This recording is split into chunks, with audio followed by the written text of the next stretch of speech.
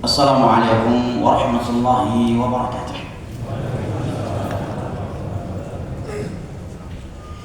Innal hamdalillah nahmaduhu wa nasta'inuhu wa nastaghfiruh wa na'udzu billahi min shururi anfusina wa min sayyiati a'malina.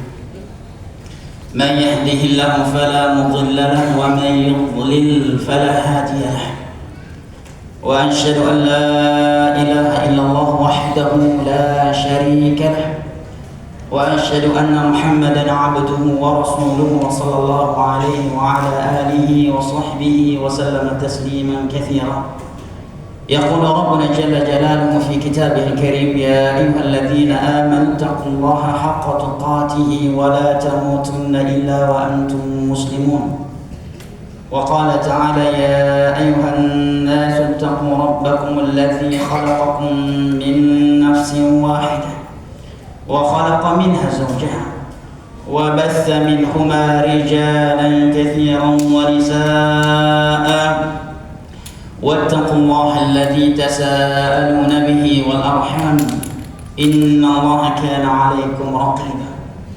وقال تعالى: يا أيها الذين آمنوا اتقوا الله وقولوا قولا سديدا يصلح لكم أعمالكم ويغفر لكم ذنوبكم ومن يطع الله ورسوله فقد فاز فوزا عظيما. أما بعد، فإن أصدق الحديث كلام الله وخير الهدي هدي محمد صلى الله عليه وسلم وشر الأمور محدثاتها فإن كل محدثة بدعة وكل بدعة ضلالة وكل ضلالة في النار. أعاذني الله وإياكم من النار. أيها الإخوة الكرام والأخوات الكريمات, jamaah sekalian yang ana cintai dan muliakan, rahimani Allah wa iyyakum wa baraka fiikum. Alhamdulillah, puji dan syukur tentunya selalu dan senantiasa kita panjatkan kehadirat Allah Jalla wa'ala, Rabbul Alamin, yang telah berfirman di dalam Al-Quranul Karim: wa in ta'uddu ni'matallahi la tuhsuha innal insana ladzalumun kafar. Dan kalaulah kalian menghitung-hitung akan nikmat Allah atas kalian, la tuhsuha, niscaya kalian tidak akan mampu menghitungnya. Innal insana ladzalumun kafar, sesungguhnya manusia itu pelaku kezaliman dan kekufuran. Dan nikmat yang paling berharga bagi seorang muslim dan muslimah yang mengetahui akan hakikat dunia dan akhirat adalah nikmat agama. Oleh karenanya teriwayatkan secara marfu' dengan sanad yang dhaif dan secara mauquf dengan sanad yang sahih, di mana sebagian sahabat Nabi sallallahu alaihi wasallam mengatakan: innallaha yu'ti dunya man yuhibbu wa man la yuhibbu wa la yu'ti din illa man yuhibbu. Nikmat dunia itu akan Allah berikan kepada hamba yang ia cintai dan kepada hamba yang tidak ia cintai sekalipun. Oleh karenanya seorang ulama tabi'in yang bernama Salamah bin Dinar Abu Hazim rahimahullah, sebagaimana dinukilkan oleh Imam Abu Nu'aim di dalam kitabnya Hilyatul Awliya, mengatakan: kullu ni'matin la tuqarribuka ila Allahi fahiya bariyah. Setiap nikmat dunia yang tidak membuat engkau semakin dekat dengan Allah, maka itu adalah malapetaka yang Allah timpakan kepadamu di dunia ini. Inna Allaha yu'ti dunya man yuhibbu wa man la yuhibbu. Nikmat dunia itu akan Allah berikan kepada hamba yang ia cintai dan kepada hamba yang tidak ia cintai sekalipun.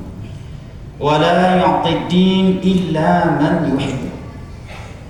Akan tetapi nikmat agama itu, aqidah as-sahihah, berada di atas tauhid dan tidak berlumuran syirik, beribadah dengan sunnah Nabi SAW yang begitu indah, bukan dengan bid'ah yang begitu ruwet dan memberatkan. Nikmat Allah dekatkan kita dengan dirinya dengan melakukan berbagai ibadah, dan Allah jauhkan kita dari berbagai maksiat kepadanya. Ini tidak akan pernah Allah berikan illa man yuhib, kecuali hanya untuk mereka yang Allah Jalla wa'ala cintai. Dan nikmat agama yang paling besar jamaah yang dimuliakan Allah adalah nikmat al-Islam dan nikmat menjalankan as-sunnah setelah Islam.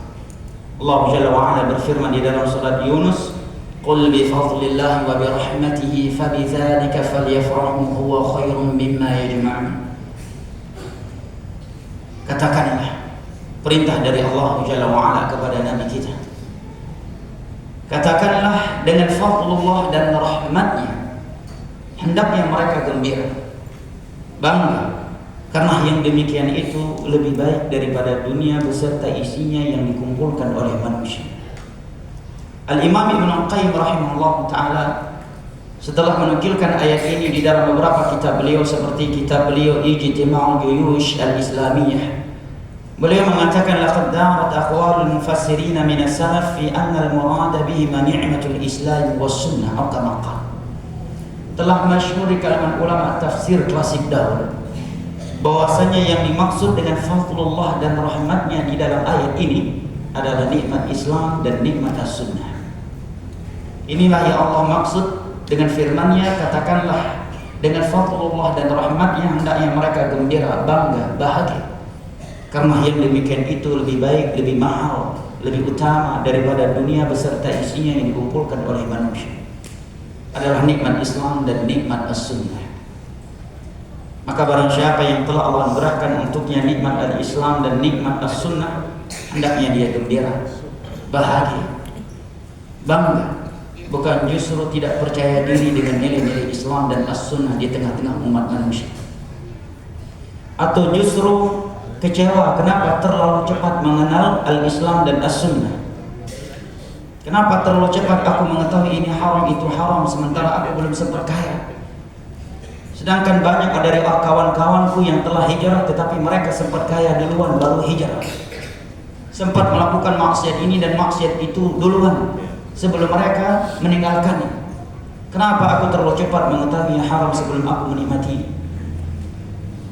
Bahkan yang lebih buruk dari itu adalah mereka yang mengkambing hitamkan nikmat Islam dan as-sunnah atas hilangnya sebagai nikmat dunia yang pernah ia miliki sebelumnya, atau karena belum memperoleh sebagian nikmat dunia yang dia inginkan. Maka sebagian mereka mengkambing hitamkan jenggot yang diperintahkan oleh Nabi. Sebagian mereka mengkambing hitamkan celana di atas mata kaki. Gara-gara ini saya nggak lulus. Coba kalau saya cukup, coba kalau saya isbah, coba kalau saya tidak bertauhid, coba kalau saya tidak di atas sunnah. Justru mengkambing hitamkan nikmat Islam dan as-sunnah atas hilangnya sebagai nikmat dunia yang pernah ia miliki atau yang akan dia ingin, yang akan dia peroleh. Maka di dalam ayat ini dengan tegas Allah mengatakan, "Qul bi fadlillah." Jamaah yang dimuliakan Allah, boleh antum berdiri dulu sebentar? Coba antum berdiri dulu semuanya sebentar. Nah, ibu-ibu juga demikian. Boleh ibu-ibu berdiri sebentar, Bu? Ibu-ibu yang kami hormati, udah Bu? Oke, maju satu langkah Bu. Oke Bu, maju selangkah, kemudian duduk lagi. Jazakumullahu khairan, barakallahu fikum. Semoga kita yang bersempit-sempit di dalam majelis ilmu agama ini akan berlapang di dalam surganya pada hari kiamat kelak. Amin ya rabbal alamin. Ada ayat di dalam surat Al-Mujadilah di mana Allah mengatakan, "Tafassahu fil majalisi yafsahillahu lakum wa idza qila inshuzu fanshuzu." Allah berfirman di dalam surat Al-Mujadilah, apabila dikatakan kepada kalian saling melapangkanlah di dalam majelis ilmu agama, maka lapangkanlah untuk saudara-saudara kalian, niscaya Allah akan lapangkan dunia dan akhirat kalian. Wa idza qila inshuzu fanshuzu. Dan apabila dikatakan kepadamu berdirilah di dalam majelis ilmu agama, maka berdirilah. Dan seorang penyair Arab mengatakan, "Rahbul falati ma'al a'da'i dhayiqatun wa samul khiyati ma'al ahbabi bidan." Penyair Arab mengatakan, sesungguhnya padang tandus yang begitu luas akan terasa sempit kalau kita bersama orang-orang yang tidak saling cinta mencintai di antara kita. Wasamul khiyati ma'al ahbabi bidan. Tetapi lubang jarum yang begitu sempit akan terasa luas tatkala kita bersama orang-orang yang saling cinta mencintai di antara kita. Maka insya Allah walaupun terasa sempit, terlihat sempit tetapi akan terasa luas karena kita sedang berada di salah satu dari taman-taman surga yang disebutkan oleh Nabi SAW di dalam beberapa hadisnya yang mulia, yaitu majelis ilmu agama. Baik jamaah yang dimuliakan Allah, kita kembali kepada poin pertama yang Anda sebutkan tadi, bahwasanya Nabi Allah Jalla wa'ala memerintahkan Nabi kita SAW untuk mengatakan dengan fadlullah dan rahmatnya hendaknya mereka gembira, bangga, bahagia, karena yang demikian itu lebih baik, lebih mahal daripada dunia beserta isinya. Firman Allah di dalam surat Yunus, dan dikatakan oleh Imam Ibn Qayyim tadi bahwa masyhur di kalangan ulama tafsir bahwasanya yang dimaksud dengan fadlullah dan rahmatnya adalah nikmat Islam dan nikmat as-sunnah. Inilah nikmat yang kita diperintahkan untuk gembira, bahagia, bangga. Bukan justru tidak percaya diri di tengah-tengah manusia dengan nilai-nilai Islam dan as-sunnah. Apalagi menyalahkan nikmat Islam dan as-sunnah karena hilangnya sebagai nikmat dunia yang pernah kita miliki. Inilah nikmat yang Allah katakan khairum mimma yajma'un, lebih mahal daripada dunia beserta isinya. Seandainya ada di antara kita yang mati sebagai orang termiskin, sebagai orang yang paling sengsara di dunia ini, tetapi dia mati dengan membawa Islam dan as-sunnah, maka sungguh dia telah mati dengan membawa modal utama untuk bertemu dengan Allah, untuk bisa melihat Allah Jalla wa'ala di dalam syurga, untuk bisa bersama nabiyyin, wasiddiqin, wasyuhada'i, wassalihin, wa hasuna ulaika rafiqa di dalam syurga. Dan dia telah memiliki modal utama untuk diselamatkan dari neraka. Tetapi barang siapa yang mati dalam keadaan dia tidak membawa nikmat Islam dan as-sunnah, meskipun dia sebagai orang terkaya, terhebat, tersukses di mata manusia di dunia ini, maka sungguh dia adalah orang yang paling celaka. Karena surga Allah yang luasnya seluas langit dan bumi, tetapi tidak ada ruangan di dalamnya sedikit pun bagi mereka yang menghadap kepadanya dengan tanpa membawa Islam dan as-sunnah. Dan jamaah yang dimuliakan Allah, kita tidak diciptakan oleh Allah Jalla wa'ala kecuali untuk ini. Allah tidak menciptakan kita kecuali untuk mengamalkan agama yang merupakan sumber segala kebaikan untuk dunia dan akhirat kita. Allah Jalla wa'ala berfirman, "Wa ma khalaqtul jinna wal insa illa liya'budun." Tidaklah aku menciptakan jin dan manusia kecuali agar mereka beribadah kepada-Aku. Allah Jalla wa'ala juga berfirman di dalam surat Al-Qiyamah, "Ayahsabul insanu an yutraka sudah." Apakah manusia itu mengira bahwa setelah mereka diciptakan oleh Allah ke dunia ini, Allah berikan rumah, Allah berikan istri, diberikan anak, diberikan mobil, diberikan pekerjaan, diberikan makan, diberikan minum, diberikan anggota tubuh yang sehat dan sebagainya. Apakah dia mengira setelah itu dia akan dibiarkan begitu saja? Maksudnya kata Imam Syafi'i sebagaimana yang dinukilkan oleh Imam Ibn Katsir ucapannya di bawah ayat ini dalam tafsir Al-Qur'an Al-Azim, ay la yumna wa la yunha. Maksudnya adalah apakah mereka mengira tidak akan mendapatkan perintah yang harus mereka jalankan dan tidak akan ada larangan yang harus mereka tinggalkan selama mereka hidup di dunia ini. Jamaah yang dimuliakan Allah, Allah Jalla wa'ala akan menguji kita di dunia ini dengan berbagai ujian. Ujian dengan bentuk perintah yang harus kita laksanakan sesuai dengan kemampuan kita. Ujian dengan larangan-larangan yang harus kita tinggalkan. Dan yakinlah, tiada sesuatu yang Allah perintahkan kecuali karena murni baik untuk dunia dan agama kita.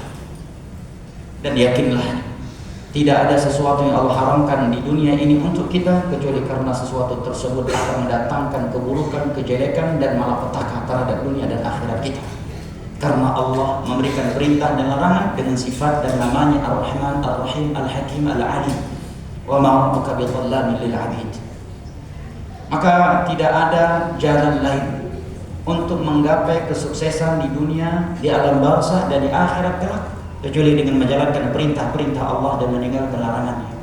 Allah Jalla wa'ala berfirman di dalam surat An-Nahl di ayat 79, "Man 'amila shalihan min dzakarin aw untha wa huwa mu'min فَلَنُحْيِيَنَّهُ حَيَاةً طَيِّبَةً وَلَنَجْزِيَنَّهُمْ أَجْرَهُمْ بِأَحْسَنِ مَا كَانُوا يَعْمَلُونَ." Barang siapa yang beramal saleh, dan suatu ibadah tidak dikatakan sebagai amal saleh kecuali memenuhi dua syarat. Yang pertama ikhlas karena Allah, dan yang kedua sesuai dengan sunnah Nabi SAW. Barang siapa yang beramal saleh, dia lelaki ataukah wanita, dan dia memiliki iman yang benar, akidah yang lurus, maka sungguh kami akan memberikannya kehidupan yang indah. mencakup semua sisi kehidupan yang indah, kata Imam Ibnu Katsir. Baik kehidupan di dunia, di alam barzah dan di akhirat. Dan kami akan membalasnya dengan sesuatu yang lebih baik dari apa yang telah mereka perbuat ketika di dunia ini. Makanya Imam Ibnu Qayyim mengatakan kadar kebahagiaan seseorang di dunia, di alam barzah dan di akhirat kelak itu sekadar pelaksanaan dia terhadap perintah-perintah Allah dan sekadar peninggalan dia terhadap larangan-larangan Allah Jalla wa'ala. Oleh karenanya sebagian para ulama mengatakan dinuka lahmuka wa damuka. Wahai saudara, agamamu, selamatkanlah dia, karena agamamu merupakan darah daging. Apabila kita telah menyadari bahwasanya nikmat agama adalah darah daging kita, bahwasanya agama adalah modal utama untuk bertemu dengan Allah, untuk menggapai surga di sisi Allah dan menyelamatkan diri kita dari neraka Allah Jalla wa'ala, dan kita tidaklah diciptakan oleh Allah kecuali untuk itu, maka ketahuilah ada sesuatu yang sangat berbahaya untuk agama kita kalau kita tidak menggunakannya atau mempergunakannya dengan petunjuk Allah dan Rasulnya. Bahkan Nabi SAW menyebutnya lebih berbahaya daripada 2 ekor serigala yang sedang lapar dan dilepaskan kepada sekelompok kambing yang sedang tidak dijaga oleh pengembalanya. Lebih bahaya perkara tersebut terhadap agama kita daripada 2 ekor serigala yang sedang lapar dan dilemparkan atau dilepaskan kepada sekelompok kambing yang sedang tidak dijaga oleh pengembalanya. Dan inilah yang akan menjadi topik pembahasan kita.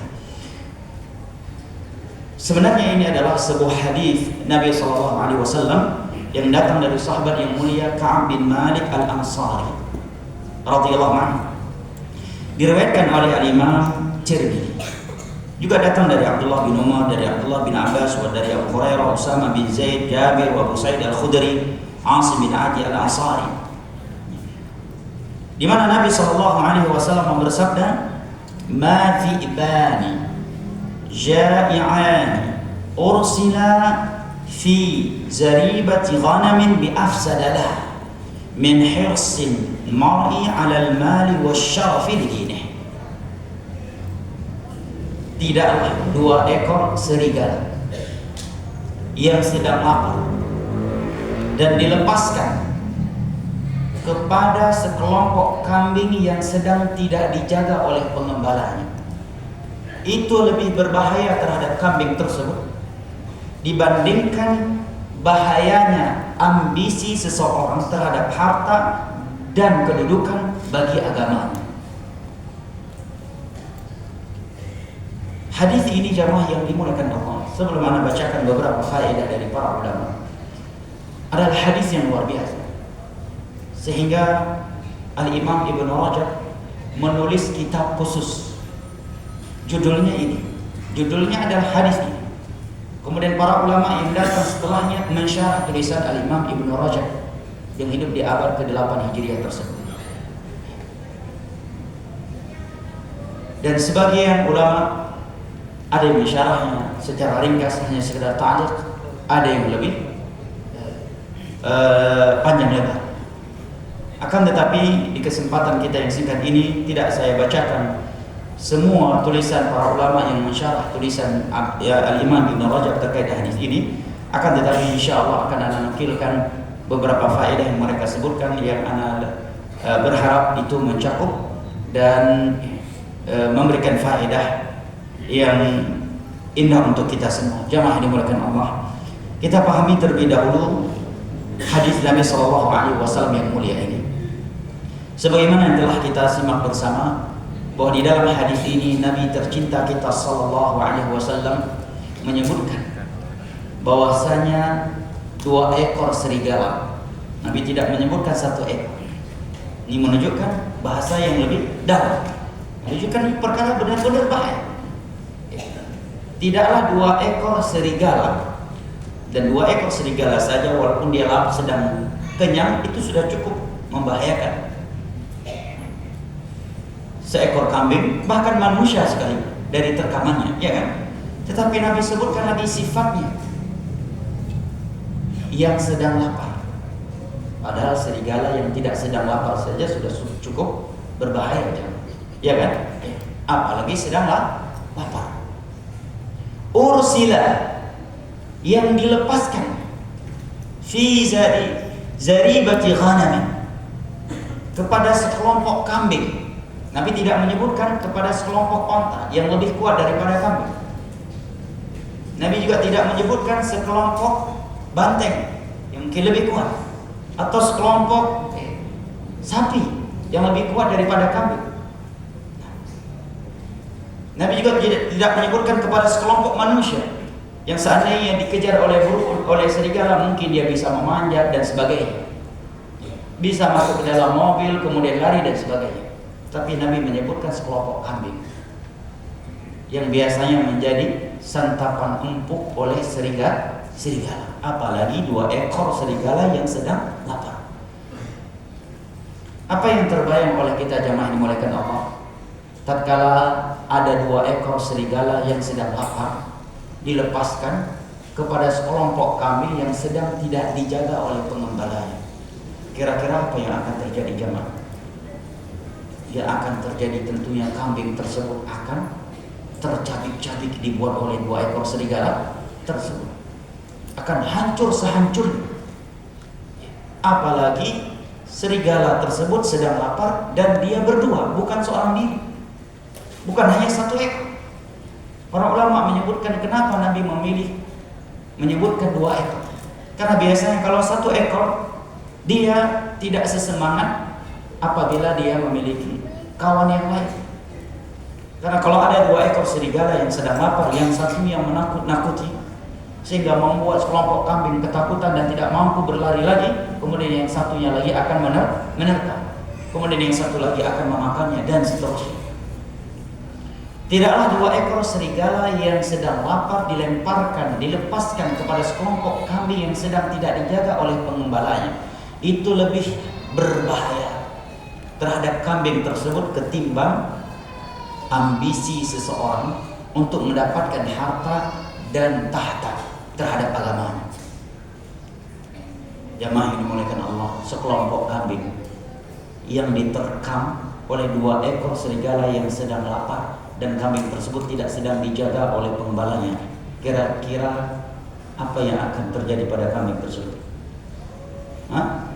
Akan dikuliti, dimutilasi, ya kan? Akan dicabik-cabik, akan hancur sehancur-hancurnya, dibuat oleh 2 ekor serigala yang sedang lapar. Maka Nabi mengatakan agama kita akan lebih hancur, akan lebih tercabik-cabik daripada kambing yang dibuat oleh 2 ekor serigala tadi, sebab sifat kita yaitu ambisi yang sangat kuat untuk memperoleh harta dan tahta.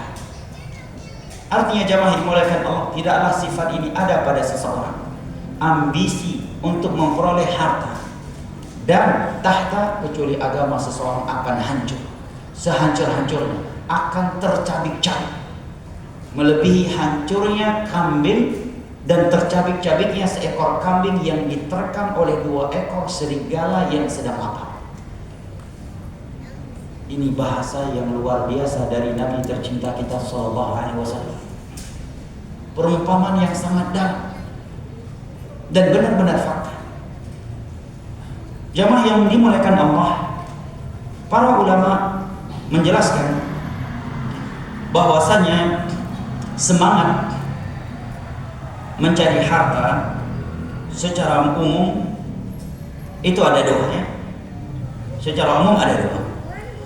Yang pertama, ambisi yang sangat kuat dan kecintaan yang luar biasa terhadap harta dan mencarinya dengan cara yang Allah halalkan, namun dia melampaui batas di dalam hal tersebut serta melalaikannya dari perintah-perintah Allah. Ini yang pertama. Ini ambisi terhadap dunia pertama yang tercela. Ada 2 bentuknya dan kedua-duanya tercela. Nah, yang pertama, dia mencintai harta yang luar biasa, ambisi di dalam mengumpulkannya dengan cara yang halal, tetapi melampaui batas sehingga membuat dia lalai dari kewajiban-kewajiban agama. Memang dia bekerja dan pekerjaan yang halal, namun ambisinya terhadap harta yang luar biasa walaupun dengan cara yang halal mengakibatkan dia meninggalkan kewajiban-kewajiban agamanya. Sebagian orang jualan yang halal, dia jualan perkara yang halal, tetapi demi jualan tersebut, demi profit yang diharapkan dari jualan tersebut, dia rela meninggalkan sholat 5 waktu. Jualannya memang gorengan, jualannya bakso keliling, bahkan sebagian orang jualannya di samping masjid lagi. Tetapi bisa-bisanya dia tidak berani masuk ke dalam masjid hanya untuk sholat, yang tidak menghabiskan waktunya kecuali di 10-15 menit. Dan gorengannya pun tidak ada yang membelinya kecuali jamaah sholat. Tapi bisa-bisanya sebagian orang tidak berani berhenti sebentar untuk sholat. Padahal dia tahu yang akan membeli jualannya mayoritasnya adalah orang sholat di masjid itu. Nah, di sini masih muat 10 orang lagi nih Pak. Antum kesini lagi, duduk di belakang. Ya, biar saudara-saudara kita yang datang belakang bisa boleh merapat lagi berkompak. Ini masih muat 10 orang lagi. Yang punya karomah bisa duduk di atas air. Yang punya karomah, ya nggak basah, ya mungkin ada wali majiduk, boleh duduk di atas air. Ini masih muat banyak ini di belakang sana ini, di depan imam 5 orang lagi semua insyaallah. Baik, jamaah yang dimuliakan Allah, ini bentuk pertama yang juga tercela. Meskipun dia mencarinya dengan cara yang halal, tetapi dengan demi mencarinya dengan cara yang halal tersebut, dia rela meninggalkan kewajiban-kewajiban di dalam agama. Dan ini banyak terlihat di tengah-tengah masyarakat kita, ya kan? Pekerjaannya memang halal, Pak. Jualan dia halal, tidak haram, tetapi dia rela tidak sholat subuh. Lihat sebagian orang bangun jam 3 malam, Pak, kemana? Ke pasar, kaget. Apalagi pasar impres. Pasar apa lagi? Belanja, Pak. Pasar sayur, belanja jam 3 malam, udah keluar dia. Subuh dikumandangkan masih di situ. Oke. Setelah dapat bawa pulang, jualan di Pasmon, pasar modern ataukah di tempat yang lainnya.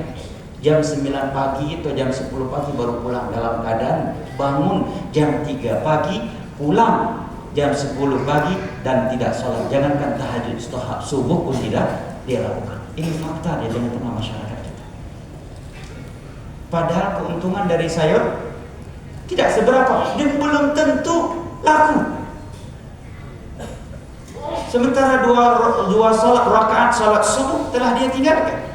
Padahal jangankan 2 rakaat subuh yang wajib, qabliyah subuhnya saja keutamaannya Nabi kata khairu minad dunya wa ma fiha, lebih baik, lebih mahal daripada dunia beserta isinya, apalagi yang subuhnya, karena yang wajib itu lebih afdal daripada yang sunnah.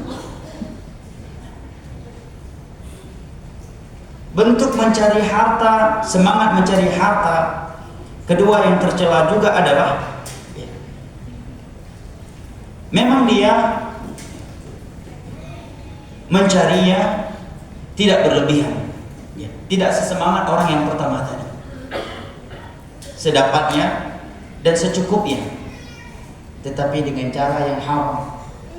Ada orang memang dia mencari uang secukupnya, ya, tidak sampai lembur dan sebagainya, secukupnya. Apabila sudah dapat dan mencukupi kebutuhan pokok sudah cukup, pulang dia. Tetapi dengan cara yang haram, dengan cara yang haram. Apakah itu riba, menipu orang lain, ataukah benda yang dia jual adalah benda yang Allah dan Rasulnya haramkan? Ya, nyuri, ya, saat dapat 1 motor cukup dah untuk 1 minggu. Ya. Ini 2 bentuk semangat mencari harta yang tercela. Adapun mencari harta, semangat mengumpulkan harta,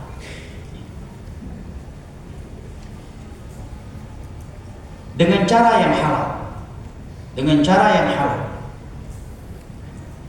dan tidak membuat dia meninggalkan kewajiban di dalam agama ini, tetapi motifnya hanya sekedar mengumpulkan harta. Ini kata sebagian para ulama dan disebutkan oleh Imam Ibnu Rajab, seandainya tidak haram, minimalnya tidak terpuji. Jelas? Ya. Minimalnya tidak terpuji. Dia semangat mencari harta yang halal dengan cara yang halal dan tidak membuatnya meninggalkan kewajiban di dalam agama. Tetapi motif dia untuk mengumpulkan harta yang banyak hanya sekedar mengumpulkan harta, tidak ada nilai-nilai dunia. Tidak ada nilai-nilai agama. Maka ini walaupun tidak dikatakan haram, namun tidak terpuji. Yang kedua, dia memiliki semangat ambisi yang sangat kuat untuk mengumpulkan harta dengan cara yang halal dan tidak membuatnya meninggalkan kewajiban-kewajiban di dalam agama. Ini cuma yang membedakan dia dengan yang pertama, motif dia adalah agama. Motif dia untuk bisa membantu kedua orang tuanya, untuk bisa membiayai sekolah anak-anaknya, belajar agama, ponakannya, adik-adiknya yang membutuhkan bantuan dia, untuk bisa membangun masjid, untuk bisa haji, untuk bisa umroh, dan membantu kaum muslimin yang membutuhkannya. Karena ada sebagian orang diberikan kelebihan oleh Allah di dalam skill berbisnis. Iya, punya kelebihan skill dalam berbisnis, berkah usahanya. Tidaklah dia berbisnis kecuali mendapatkan keuntungan yang luar biasa. Kalau dia berniat untuk agama, maka dia terpuji.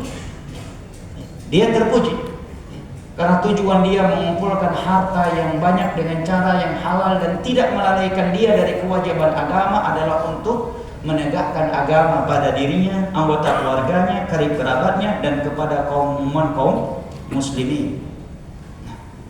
Karena tidak bisa dipungkiri, harta ini sangat memberikan pengaruh terhadap keistiqomahan seseorang di dalam beragama.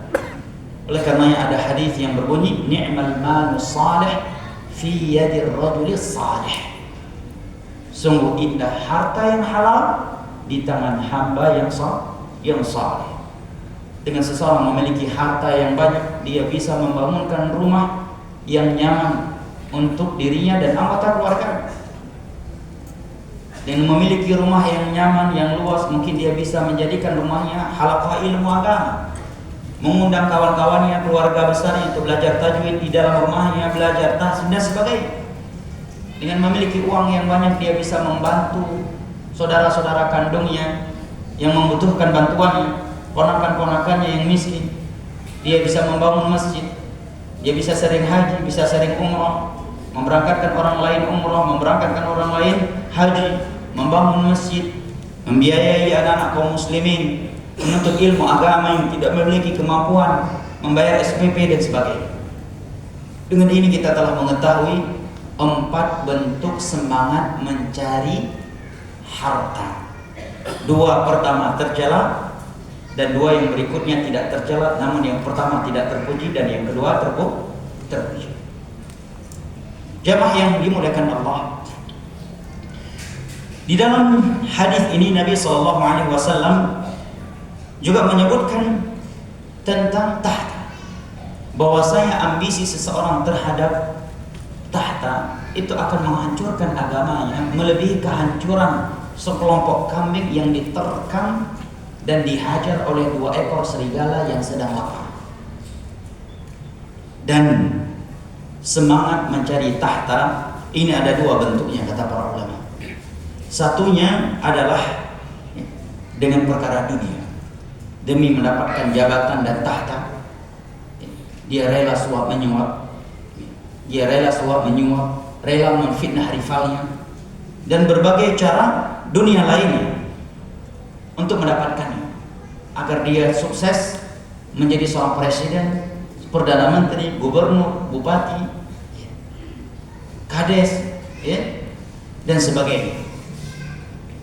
Ini bentuk pertama yang juga tercela jamaah yang dimuliakan Allah. Dan Allah berfirman di dalam surat Al-Qasas ayat 83, tilka darul akhiratu naj'aluha lil ladzina la yuriduna 'uluwan fil ardi wala fasada wal 'aqibatu lil muttaqin. Itulah kehidupan akhir. yang hanya kami berikan kepada mereka yang tidak menginginkan ketinggian di muka bumi ini dan tidak juga melakukan kerusakan maksiat, dan akibat yang baik selalu untuk mereka orang-orang yang bertakwa kepada Allah Jalla wa Ala.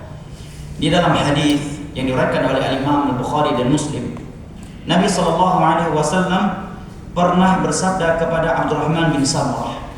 Beliau mengatakan, la tas'alil imarah, jangan minta jabatan. Jangan minta jabatan. Sebagian orang jamaah dimuliakan Allah demi mendapatkan jabatan rela menggunakan pelicin. Gimana dia nggak mencuri setelah mendapatkan jabatan? Yang pertama, sekolah saja dia mengeluarkan modal miliaran. Ada yang 1 miliar, ada yang 2 miliar. Setelah lulus semuanya cari pelicin, cari sponsor untuk mendapatkan jabatan. Dan bayangkan kalau sponsornya itu dari mafia, mungkinkah dia akan memberantas mafia sementara sponsor dia dari mafia? Biaya sekolah dia dari mafia, sponsor dia untuk mendapatkan jabatan itu dari mafia, baik itu mafia tanah, mafia narkoba dan sebagainya. Maka mungkinkah kalau dia sudah punya jabatan akan membabat habis mereka? Tidak mungkin, mustahil. Bahkan jangankan dengan secara suap menyuap, meminta saja tanpa suap menyuap dilarang oleh Nabi. Meminta jabatan tanpa suap menyuap ini, cuma minta, Pak tolonglah ya, saya diberikan jabatan, udah lama banget nih, junior udah pada melangkahi saya, 4 klik udah pada melangkahi saya. Saya masih di sini Pak, setiap ngantor tempatnya di kantin. Nempel jempol, setelah itu ke kantin, ya, setelah itu nempel jempol lagi pulang. Gak enak Pak. Dia cuma minta tanpa suap menyuap. Nabi katakan kepada Abdurrahman bin Samurah, padahal jabatan di masa Nabi, pemimpinnya siapa? Presidennya siapa? Nabi SAW. Seandainya mereka mendapatkan jabatan dari Nabi atau dari Abu Bakar atau dari Umar atau dari Utsman atau dari Ali, tujuannya bukan untuk mendapatkan 20% dari para kontraktor. Bukan. Khulafaur Rasyidin. Tetapi Nabi mengatakan, la tas'alil imarah, kamu jangan minta jabatan. Kenapa? Fa in u'titaha an mas'alatin wukilta ilaiha. Karena kalau kamu mendapatkan jabatan karena hasil lobby, kamu tidak akan ditolong oleh Allah untuk menjalankan jabatan itu. Allah akan serahkan dirimu kepada dirimu yang lemah.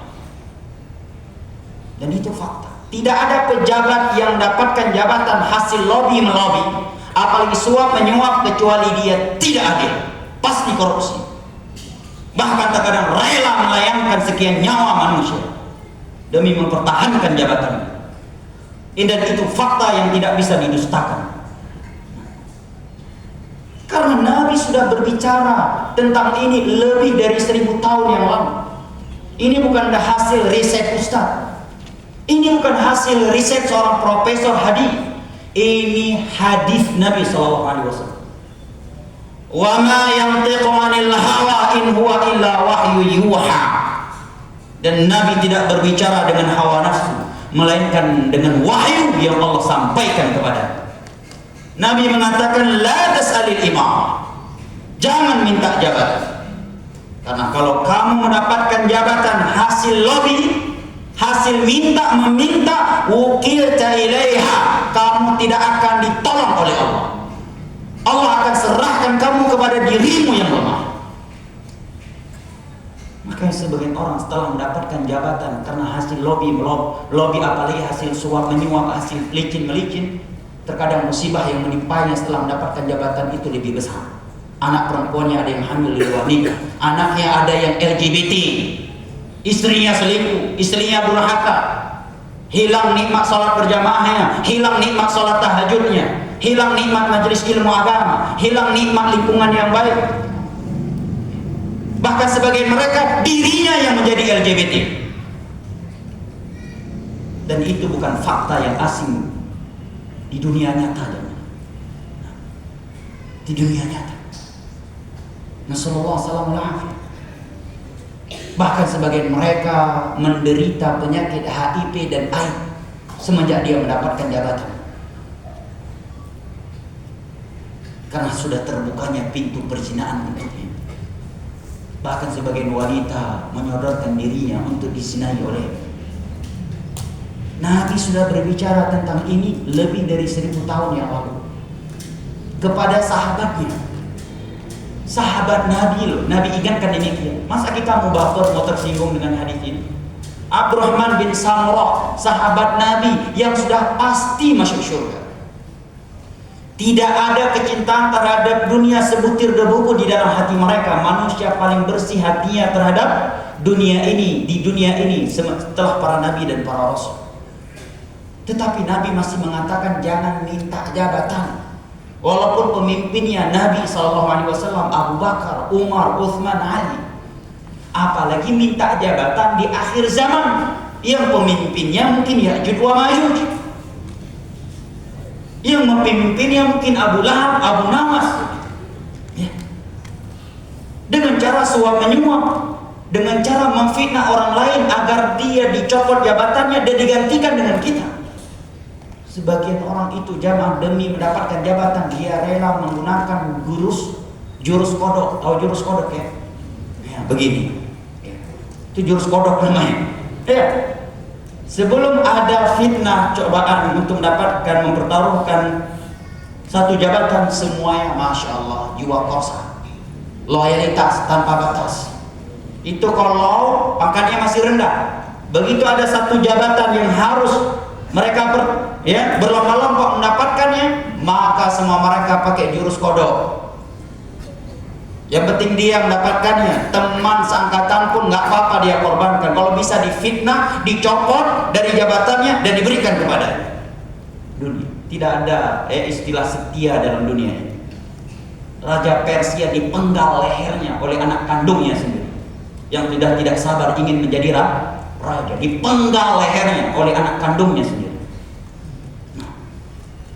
Betapa banyak demi dunia seseorang terkadang udah luar biasa loyalitasnya kepada pimpinannya, justru dia tewas di tangan pimpinannya karena dunia. Setelah ditewaskan, difitnah lagi oleh orang-orang yang selama ini dia berloyalitas tanpa batas untuknya. Jangan mengharapkan kesetiaan dan kejujuran dari dunia ini. Ini masih di dunia sudah seperti itu, apalagi di akhirat nanti. Di akhirat nanti Allah telah mengabarkan di dalam surat Az-Zukhruf, Al-akhillau yawma idzin ba'duhum li ba'din aduwwun illal muttaqin. Semua manusia yang saling cinta mencintai, saling sayang menyayangi di dunia ini akan saling bermusuhan di antara mereka di hari kiamat nanti. Dua pasangan suami istri yang saling cinta mencintai, kedua orang tua dengan anak-anak mereka, seseorang dengan teman dekatnya, datingnya, dengan pimpinannya, dengan bawahannya, akan saling bermusuhan di hari kiamat nanti, kecuali orang-orang yang bertakwa kepada Allah Jalla wa'ala. Semua pertemanan dan persahabatan yang tidak dibangun di atas takwa akan berubah menjadi sebuah permusuhan di hari kiamat nanti. Walaupun di dunia ini slogannya loyalitas tanpa batas,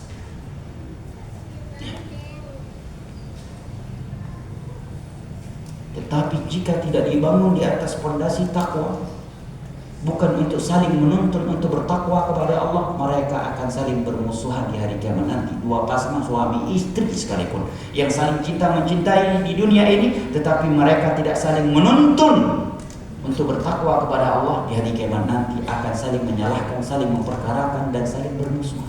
Dan hari kiamat itu sudah dekat ya Pak. Jangan kita anggap masih lama.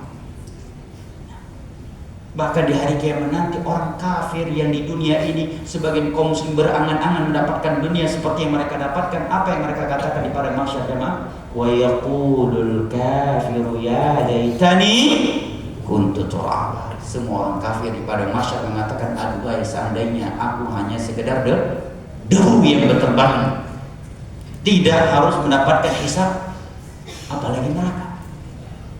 Maka Nabi berpesan kepada Abdurrahman bin Samurah, padahal Abdurrahman bin Samurah ahli ibadah, sahabat Nabi, terdidik oleh Al-Quran dan As-Sunnah, murid langsung Nabi SAW. Nabi berpesan kepadanya, la tas'alil imam, jangan minta jabatan, apalagi harus suap menyuap, apalagi harus menfitnah orang lain agar dicopot jabatannya dan diberikan kepada Anda, apalagi harus menghilangkan nyawa, apalagi harus menciptakan rekayasa kasus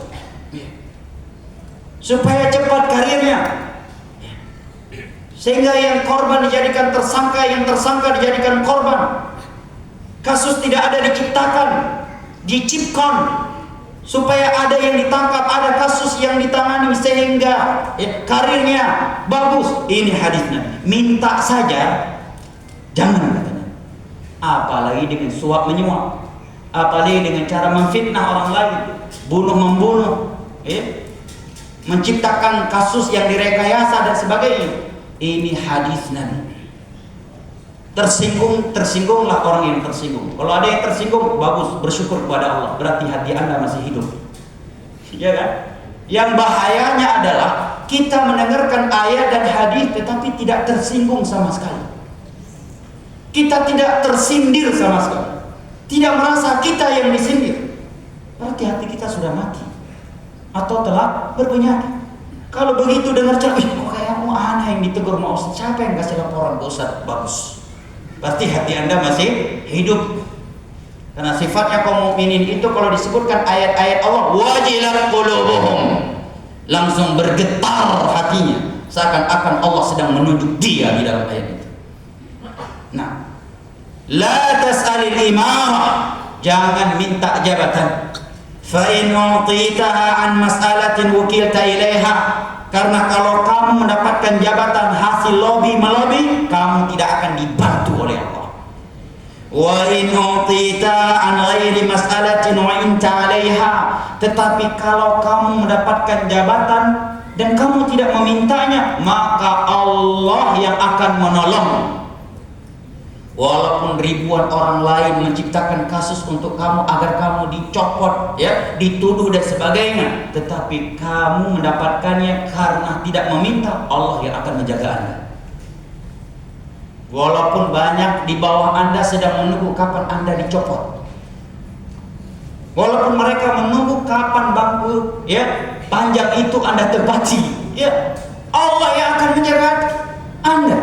Kalau Anda menjabat dengan cara yang tidak melanggar agama Allah, Allah yang langsung menjaganya. Rabbul Alamin yang menjaga kita. Innama amru idza arada syai'an an yaqula lahu kun fayakun. Dia yang akan menjaga kita. Kalau pemilik dunia dan akhirat, Rabbul Alamin yang menjaga seorang hamba, kira-kira siapa yang mampu memusiknya? Siapa yang mampu mencelakainya? Kecuali orang-orang yang dimurkai oleh Allah dan sebagai istidraj dari Allah. La tas'alil imam, jangan minta jabatan. Jangan sibuk lobby sana lobby sini untuk dapatkan jabatan. Sebagian orang jamaah modal yang dia keluarkan untuk mendapatkan jabatan itu berkali-kali lipat besarnya daripada gaji dan tunjangannya. Gaji dan tunjangan dalam sebulan yang halalnya, kita bahas yang halalnya, mungkin nggak lebih 20 juta. Tetapi demi jabatan tersebut dia rela mengeluarkan 1 miliar. Ada apa di balik itu? Kalau nggak ada tujuan buruk di balik jabatan itu, logis nggak? Logis enggak Ustaz? Ada tujuannya soleh banget. Tujuan anak mendapatkan jabatan itu biar anak terjaga sholat tahajudnya. Ada yang begitu? Anak rela Ustaz suap menyuap ke pimpinan 1 miliar. Saya berikan biar saya jadi tidak dapat jabatan itu agar saya bisa menjaga sholat 5 waktu berjamaah Ustaz. Biar anak bisa membela agama Allah. Ada yang begitu? Mustahil. Gaji dan tunjangan dengan jabatan tersebut hanya 20 juta. Iya kan? Yang membedakan dia dengan bawahannya yang tidak mendapatkan jabatan itu cuma di tunjangan. Tunjangan jabatan.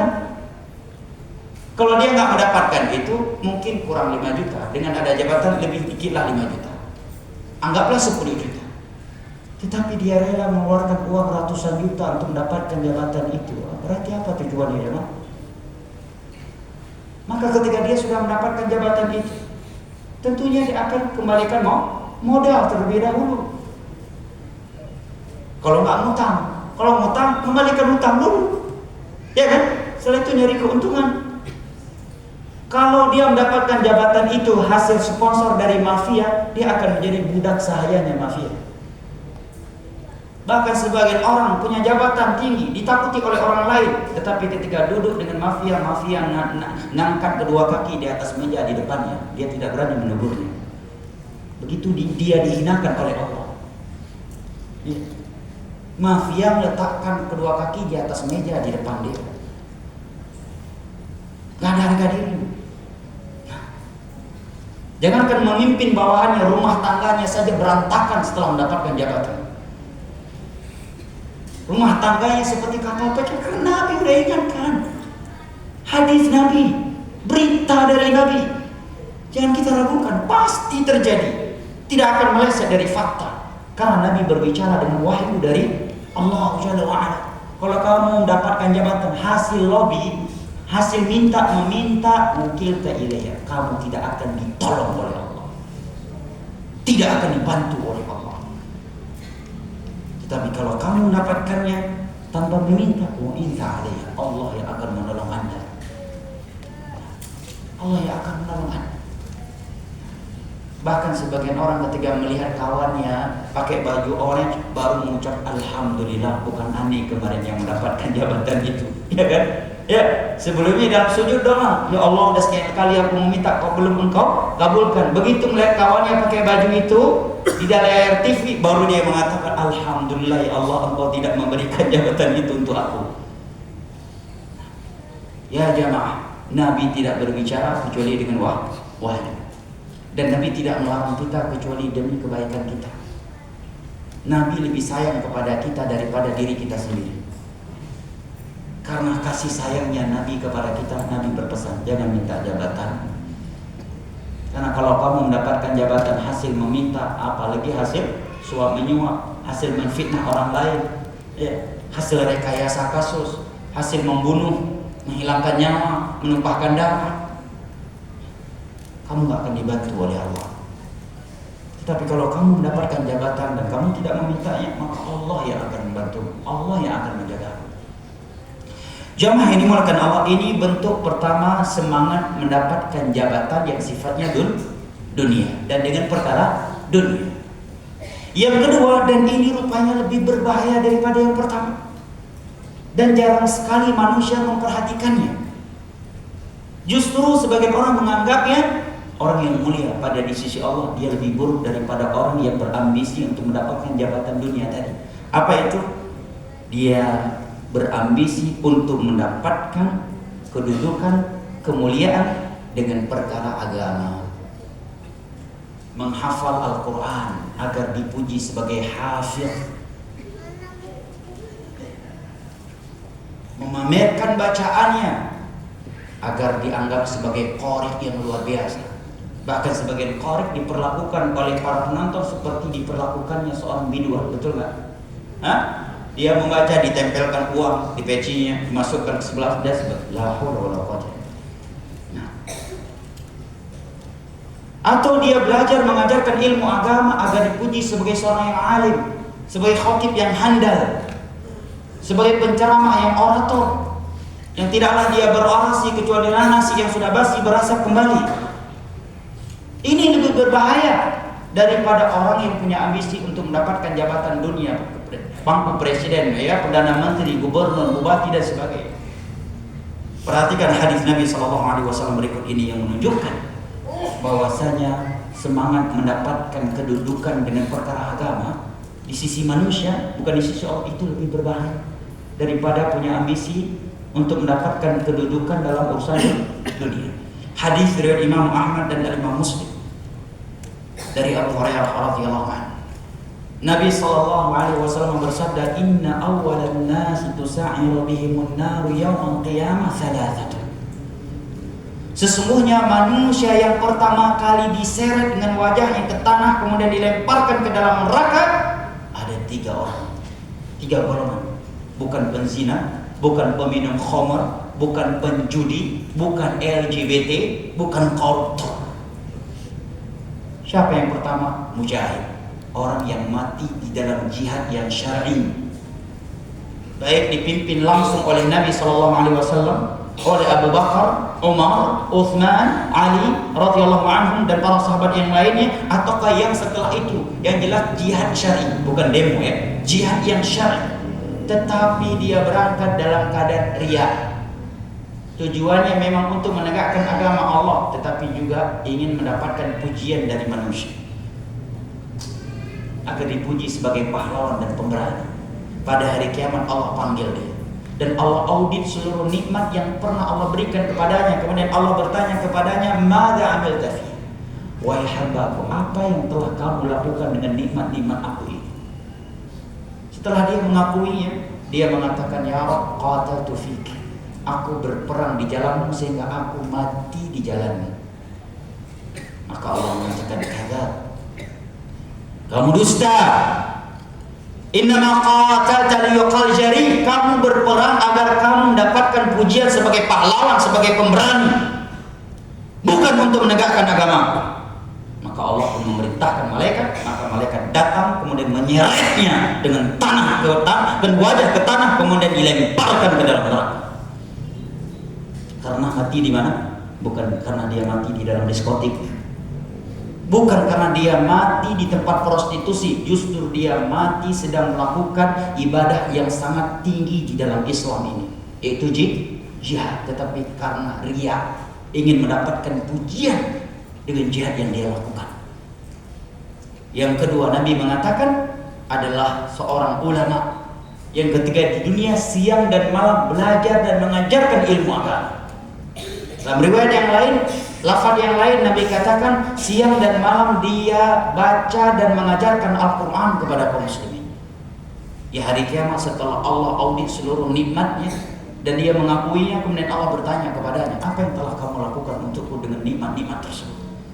Dia pun menjawab, "Ya Allah, aku telah belajar dan mengajarkan ilmu agama karena Ya Allah, aku telah membaca Al-Quran dan mengajarkannya karena."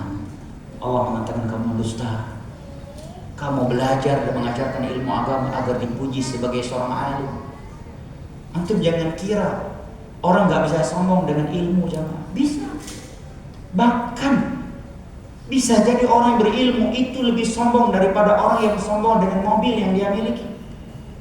Sebagaimana seseorang bisa sombong dengan kendaraannya, dengan rumahnya, dengan tasnya dan sebagainya, orang yang berilmu juga bisa sombong dengan ilmunya. Dan itu kesombongan terburuk kata para ulama. Betapa banyak orang berilmu sombong karena dia punya titel tinggi, dia rendahkan orang. Apa itu dia belum doktor, belum ini dan sebagainya. Bahkan terkadang kita dapatkan ada orang menyombongkan diri karena tulisan-tulisannya. Semua ustadz yang gak punya karangan ilmiah diremehkan oleh dia seluruh Indonesia. Ini sombong ya. Batalul haq wa ghamtun nas, menolak kebenaran dan merendahkan manusia. Atau dia sombong, "Saya lebih senior." Siapa tuh dia itu anak kemarin? Atau dia sombong merasa belajar ulama kibar ke luar negeri, yang ini belum keluar negeri. Pada bisa jadi terkadang ustaz yang belajar di dalam negeri, tetapi kepada guru yang berilmu, dia belajar dengan keikhlasan, dengan kedisiplinan, kerajinan, ilmunya lebih luas, lebih bagus, lebih berkah daripada orang yang mungkin belajarnya ke luar negeri. Bisa aja, ya, menyombongkan dirinya dengan ilmu. Dan itu fakta, dan itu kesombongan yang paling buruk. Semestinya ilmu menuntut dia semakin tawadhu. Maka Allah berfirman kepada Nabi kita sallallahu alaihi wasallam, "Wakhfid janahaka liman ittaba'aka minal mu'minin." Wahai Muhammad, rendahkan sayapmu, patahkan sayapmu kepada murid-muridmu yang mengikutimu dari kalangan kaum mukminin. Padahal beliau mendapatkan kedudukan agama yang paling tinggi, ya kan, sebagai nabi dan rasul. Nah, sebagai orang sombong dengan ilmunya, maka Allah katakan kamu dusta, kamu belajar dan mengajarkan ilmu agama agar dipuji sebagai alim. Kamu meraih IP tertinggi semangat kamu untuk meraih IP yang tinggi, tujuannya agar kamu dipuji karena sudah menghasilkan nilai tertinggi. Agar kamu dianggap sebagai hafid Al-Quran, cerdas sekali Ustadz Fulan, hafalannya luar biasa dan sebagainya. Kamu membaca dan mengajarkan Al-Quran liyuqal qari, agar kamu dipuji sebagai qari yang luar biasa. Makanya jamaah dimulakan Allah, ketika antum kagum kepada seorang ustaz, doakan, ya Allah berikan keikhlasan untuk ustaz itu. Karena seandainya ada seorang ustaz mati dan dia sedang berceramah atau sedang khutbah Jumat dan dia sedang riya, itu lebih buruk daripada orang mati sedang minum khamar di dalam diskotik. Karena riya adalah syirik, dan sekecil-kecilnya syirik di atas maksiat tidak akan diampuni oleh Allah kalau dia tidak bertobat. Tapi maksiat sebesar-besarnya maksiat, kalau masih di bawah syirik, besar kemungkinan walaupun dia mati dan belum bertobat dari dosa maksiat tersebut, dia diampuni oleh Allah karena keutamaan tidak pernah berbuat syirik. Syafaat dari Nabi, Inna Allah la yaghfiru an yushraka bihi wa yaghfiru ma duna dzalika liman yasha. Sesungguhnya Allah tidak akan mengampuni dosa syirik, tetapi Allah akan memberikan ampunan kepada orang-orang yang melakukan dosa di bawah syirik dan mereka mati belum bertobat, bagi siapa saja yang Allah kehendaki. Oke, kalau kita melihat guru kita, Masya Allah ilmunya, Masya Allah muridnya, Masya Allah jamaahnya, doakan, ya Allah berikan beliau keikhlasan, ya Allah jauhkan beliau dari riya, dari ujub. Karena kalau sempat mati sedang berceramah, sedang khutbah Jumat dan dia riya, orang lain mungkin histeris, Masya Allah Ustaz Fulan mati husnul khatimah, itu zahirnya. Tapi kalau dia riya, mati su'ul khatimah, walaupun dia sedang sujud di depan Ka'bah, sujud sholat, sujud di depan Ka'bah, rupanya di sana udah ada kamera, dia pasang cekret, ya, tawaf cekret, hello guys, semangat nabung biar berangkat umroh sama nih. Kalau tujuan dia memotivasi orang lain semata, dapat pahala jariah dia dengan berangkat umroh orang lain karena motivasi dia. Tetapi kalau tujuannya untuk dipuji, kemudian mati su'ul khotimah, lebih buruk dia daripada orang yang mati di dalam diskotik. Karena riya adalah syirik. Maka Nabi mengatakan, Inna akhwafa ma akhafu alaikum asyirkul asghar. Sesuatu yang paling aku khawatirkan terhadap kalian adalah syirik kecil. Apakah syirik kecil itu, wahai Rasulullah? Tanya sebagian sahabatnya. Qala riya. Riya, ingin dipuji oleh manusia. Jamaah dimuliakan Allah, ingin memperoleh dunia di sisi ulama itu bukan hanya sekedar dengan harta. Terkadang seorang ulama, seorang orang berilmu itu dia dikatakan secara agama mencari dunia walaupun dia masih miskin, walaupun dia nggak nyari harta, nggak menerima honor, tetapi tujuannya agar dipuji. Jangan ada yang dikatakan lebih berilmu darinya. Itu bagian dari mencari dunia dengan dakwahnya. Tidak mau jamaahnya bergeser kepada orang lain. Kalau bisa yang belajar kepada dia, jangan belajar lagi kepada orang lain. Dan tidak ada orang yang dekat dengan dia kemudian ketahuan belajar kepada ustadz lain walaupun ilmunya sama-sama benar, kecuali dia akan menjauh dari orang tersebut. Ini bagian ya mencari dunia di dalam dakwah. Makanya Syekh Muhammad bin Abdul Wahab dalam matan Kitab Tauhid menyebutkan, ada orang mengajak kepada Al-Quran, mengajak kepada sunnah, bicara ya tauhid sunnah, tetapi dia sejatinya tidak menyuruh orang kepada Allah, tetapi dia menyuruh orang kepada dirinya. Memang jamaah dimuliakan Allah, ketika antum lihat ada syekh, seorang ustaz, sebagaimana beliau sangat besar potensi untuk bisa masuk surga dengan dakwah yang beliau tegakkan, maka syekh dan seorang ustaz juga besar banget potensi untuk dilemparkan ke dalam neraka karena dakwah yang dilakukan dengan riya. 1000 orang masuk Islam karena khutbah Jumatnya, mestinya dia mendapatkan pahala jariah, ya kan? Tetapi dia riya, yang lain 1000 orang masuk Islam sebab ceramah dia sendiri justru masuk neraka karena riya ketika berkhutbah Jumat. Riya sedang menyampaikan ceramah, mati, dicabut nyawanya. Orang lain histeris, Masya Allah Ustaz Fulan meninggal sedang ceramah, padahal dia riya. Di sisi Allah dia su'ul khatimah. Kita yang menilai secara zahir mengatakan semoga beliau husnul khatimah. Yang ketiga Nabi katakan adalah rajulun ataahu Allah asnafal amwal. Seorang konglomerat, memiliki harta yang berlimpah ruah. Kemudian di hari kiamat Allah audit seluruh nikmatnya. Dia pun mengakuinya. Kemudian Allah bertanya kepadanya, apa yang telah kamu lakukan dengan harta yang berlimpah ruah tersebut? Dia pun mengatakan, tidak ada satu tempat yang di situ engkau cintai untuk berinfak kecuali aku telah berinfak di jalan itu karenamu ya Allah. Maka Allah mengatakan, kadzab, kamu dusta. Kamu berinfak agar kamu dikatakan sebagai orang yang dermawan. Apalagi infaknya hanya 5 tahun sekali setiap pilkada. Ya, udah uang yang keluar banyak, nggak menang lagi, kasihan banget deh lo. Ya, Anda pernah mendapati sebuah kasus ya, ketika Anda berdakwah di sebuah pelosok 2014, ada caleg marah-marah masuk lagi ke kampung itu, minta balik beras dan sarung yang dia udah berikan ke rakyat. Kenapa? Dia kalah di kampung itu, padahal bantuan yang paling besar dari dia. Kasihan deh lo. Udah dibilang mana di jalan minta jabatan. Kasihan. Kalau dia berinfak mestinya mendapatkan surga, tapi tujuannya untuk dipuji. Apalagi udah untuk dipuji dapat jabatan lagi. Menjadi orang yang pertama kali diseret dengan wajah yang ke tanah, kemudian dilemparkan ke dalam neraka. Karena sedekah itu ibadah, kita harus ikhlas. Maka ada hadis yang mengumpamakan tangan kirinya tidak mengetahui apa yang diinfakkan oleh tangan kanannya.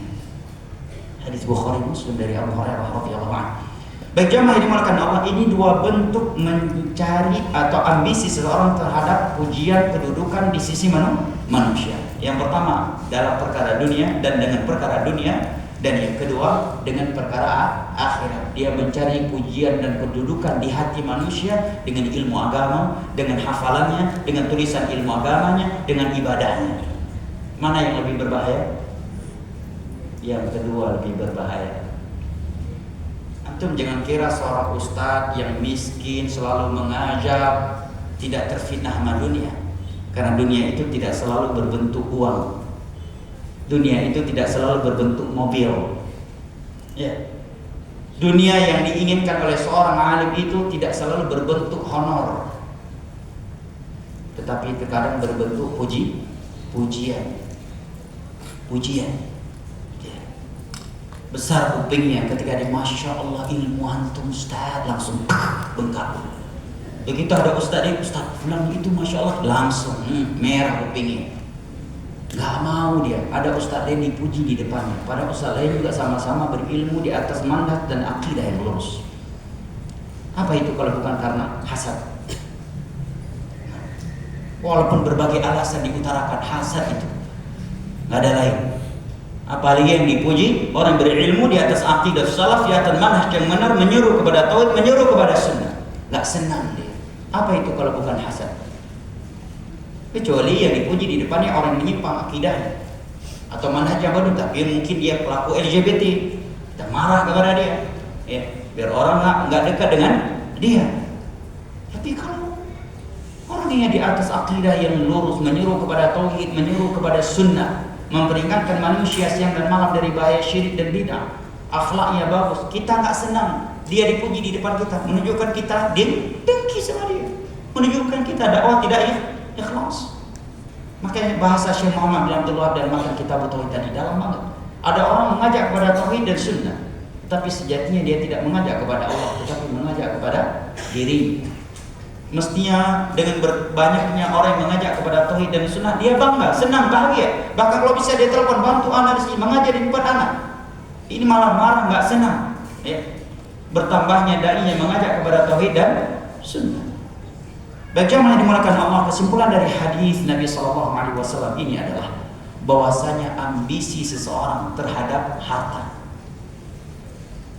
dengan cara yang halal, tetapi melampaui batas dan melalaikan dia dari kewajiban agama. Atau yang kedua, dengan cara yang pertengahan, tidak berlebihan, secukupnya, sebutuhnya, tetapi dengan cara yang haram. Ini lebih menghancurkan agama seseorang daripada hancurnya kambing yang diterkam oleh 2 ekor serigala yang sedang lapar. Kesimpulan yang kedua, bahwasanya ambisi seseorang untuk mendapatkan kedudukan dan jabatan di sisi manusia dengan dua bentuk ambisi terhadap jabatan tadi. Yang pertama jabatan dunia dengan perkara dunia, ingin jadi presiden, bupati, gubernur, perdana menteri, kades dan sebagainya. Apalagi dengan cara menyuap, suap menyuap, membunuh, melayangkan nyawa, rekayasa kasus dan sebagainya. Yang kedua, dengan perkara agama, dengan ilmu agama, dengan ibadah, sholat, puasa, dengan haji, dengan umrah, dengan sedekah. Tujuannya untuk dipuji oleh manusia. Ini lebih menghancurkan agama seseorang daripada 2 ekor serigala yang sedang lapar dan dilepaskan kepada seekor kambing. Dan sungguh bahasa Nabi ini sangat fakta. Berita Nabi ini sangat sesuai dengan realita. Lihat sebagian orang demi dunia jamaah, demi harta. Orang tuanya sendiri rela dia penjarakan, ya kan? Ibu kandungnya sendiri dia tuntut di mahkamah, Pak. Gimana itu hati nuraninya? Wanita yang pernah mengandung dia 9 bulan lamanya di dalam perut, yang pernah diobok-obok rahimnya demi mengeluarkan dia, yang pernah bersimbah darah mengeluarkan dia, menyusui dia 2 tahun lamanya dengan susah payah, merawatnya, membesarkannya. Begitu orang ayahnya meninggal dunia, hanya demi secuil warisan dia rela memenjarakan ibu kandungnya sendiri. Ada yang membunuh ayahnya, ada yang membunuh saudaranya demi harta. Bahkan na'udzubillah min dzalik, ada yang rela menjadi mucikari putrinya sendiri demi harta. Fakta atau bukan ini jamaah? Tak ada sebagai tempat. Semestinya dia siap mati demi menjaga kehormatan anak perempuannya, kan? Tapi sebagian orang bisa-bisanya, kemana hati nurani? Dia yang antar jemput anak perempuannya ke hotel atau ke tempat perzinahan dengan alasan demi mempertahankan hidup Ustaz. Nasallallahu alaihi wasallam. Ada juga yang rela menjadi mucikari istrinya. Dia yang menjual kehormatan istrinya demi secuil di hari harta. Demi secuil dari harta, sebagian orang rela murtad, ya. Demi secuil dari dunia ini rela murtad. Pagi dia mukmin, sore udah murtad, sore udah kafir demi secuil dari dunia. Berawal dari pacaran, dipacarisasi, kemudian dikristenisasi demi dunia. Sebagian orang rela murtad demi secuil dunia. Sebagian orang rela durhaka sama orang tua karena istrinya yang cantik jelita. Demi dunia sebagian orang rela menjual istrinya, KDRT dengan istrinya, menjual anaknya. Demi dunia sebagian orang rela jualan obat-obat terlarang. Demi dunia sebagian orang rela membunuh. Demi dunia sebagian orang rela menciptakan kasus yang membuat orang yang tidak tersandung kasus akhirnya tersandung dengan kasus. Demi secuil dari dunia yang bernama karir dan jabatan, sebagian orang rela mentersangkakan yang korban, mengkorbankan si tersangka. Demi secuil dari dunia, orang miskin rela diperas, jemaah. Dan pelakunya banyak. Misalkan di pasar, nenek-nenek tua jualan sayur diperas oleh sebagian preman, ya kan? Kemana hati nuraninya? Nenek-nenek tua cuma jualan sayur, berapa keuntungannya? Harus setoran kepada preman pasar. Kemana itu hati nuraninya? Kakek-kakek tua jualan pinggir jalan, harus ada setoran kepada preman. Preman setoran lagi ke bosmu, ya, sampai berujung ke dajjal setorannya. Kemana hati nurani sebagian orang, ya? Tahu sehari-hari ada orang-orang lemah diperas, dipalak. Kemana hati nurani? Nenek-nenek tua, kakek-kakek tua jualan, cuma jualan sayur, cuma jualan gorengan, dipalak oleh banyak preman. Dia punya jabatan, punya tahta untuk menghentikan mereka dan membabat mereka habis. Kenapa tidak dilakukan? Kemana hati nurani? Kemana hati nurani? Orang kalau sudah cinta dunia jamaah akan kejam dan bengis dia. Tidak ada lagi kemanusiaan di hatinya. Walaupun ada demi dunia juga. Bahkan orang rela berpindah antara keimanan dan kekufuran hanya jarak antara pagi dan sore hari demi dunia. Di dalam hadis yang diriwayatkan oleh Imam Muslim Dari Abu Hurairah radhiyallahu anhu, Nabi mengatakan badiru bil a'mali fitana kaqiqa'il lailil muzlim yusbihu ar-rajulu mu'mina wa yumsi kafira wa yumsi mu'mina wa yusbihu kafira yabi'u dinahu bi'aradin minad dunya.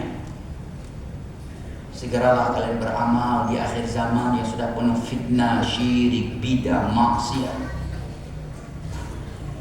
Di mana-mana merajalela. Karena fitnah kalau sudah menyebar itu bagaikan potongan-potongan malam sebentar. Di pagi hari seseorang masih mukmin, tetapi di sore harinya dia sudah kafir. Ada orang di sore hari masih mukmin, tapi di pagi harinya sudah kafir. Anak punya teman dulu, ya junior kita berangkat ya ke Yaman dari Singapura dengan istri dan anak-anak. Kita sambut, kita perhatikan. Sebelum Covid dapat berita istrinya udah murtad lagi. Gak tahu dengan beliau bagaimana sekarang kondisi. Ada seorang santriwati di salah satu pulau terpencil di Sumatera yang tadi yang malam dia dibawa ke sebuah pesantren, diajarkan ilmu agama sampai menjadi hafizah 30 juz Al-Quran, jadi pengajar tahfidz.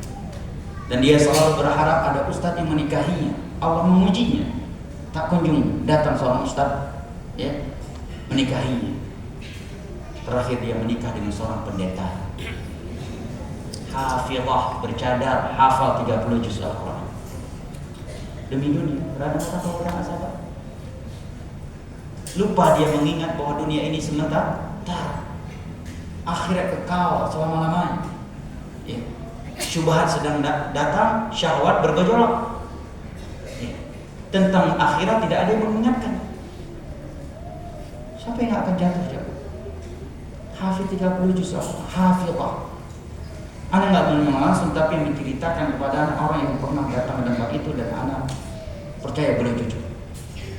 Nikah sama beliau demi secuil dari dia. Makanya bahasa Nabi tadi luar biasa dalamnya kan. Pagi hari masih mukmin, di sore hari udah kafir. Ada juga di sore hari masih mukmin, tetapi di pagi hari sudah kafir. Apa sebabnya? Sebabnya yabi'u dinahu bi'aradin minad dunya. Dia rela menjual agamanya demi secuil dunia ini. Jamaah dimuliakan Allah, sebagian orang demi dunia dia nggak peduli ya. Agama apa yang dia anut dia nggak peduli. Demi secuil dari harta dunia ini dia nggak peduli, walaupun sholat 5 waktu dia tinggalkan. Bahkan bila harus membunuh dia akan membunuh, bila harus memeras dia akan memeras. Apabila harus jangkrik bos dia akan jangkrik. Kemana-mana gak jangkrik. Sebagian orang kehidupannya hanya dengan jangkrik. Rumahnya hasil jangkrik, kendaraan hasil jangkrik, baju hasil jangkrik, sepatu hasil jangkrik. Syukur-syukur anak yang lahir bukan jangkrik. Demi dunia. Dan ini mencakup semua orang. Subhanallah. Demi secuil dari dunia. Makanya Nabi katakan nanti lebih berbahaya daripada 2 ekor serigala yang sedang lapar. Karena agama ini lebih mahal daripada kambing, bahkan lebih mahal daripada dunia beserta isinya. Sementara satu hari di akhirat seperti 1000 tahun di dunia ini. Sebagian hari yang lainnya seperti 50.000 tahun di dunia ini. Dan azab di neraka yang paling ringan adalah seorang hamba yang diletakkan bawah bara api di bawah kakinya, lantas meleleh dan mendidih otaknya. Demikian juga Nabi sebutkan jabatan. Betapa banyak orang demi jabatan, demi kedudukan dia rela pindah agama. Ketika dia tengah-tengah kaum muslimin, dia ngaku muslim. Di tengah-tengah orang kafir, dia ngaku kafir. Demi jabatan, demi kedudukan, sebagian orang rela menciptakan kondisi yang mengakibatkan ratusan nyawa melayang. Gak peduli dia, yang penting berhasil. Jadi mendapatkan jabatan ini dan kedudukan ini. Gak peduli sebagian orang yang tentang nyawa manusia. Terlalu murah nyawa dan darah manusia demi kedudukan dan demi jabatan. Makanya bahasa Nabi sangat dalam.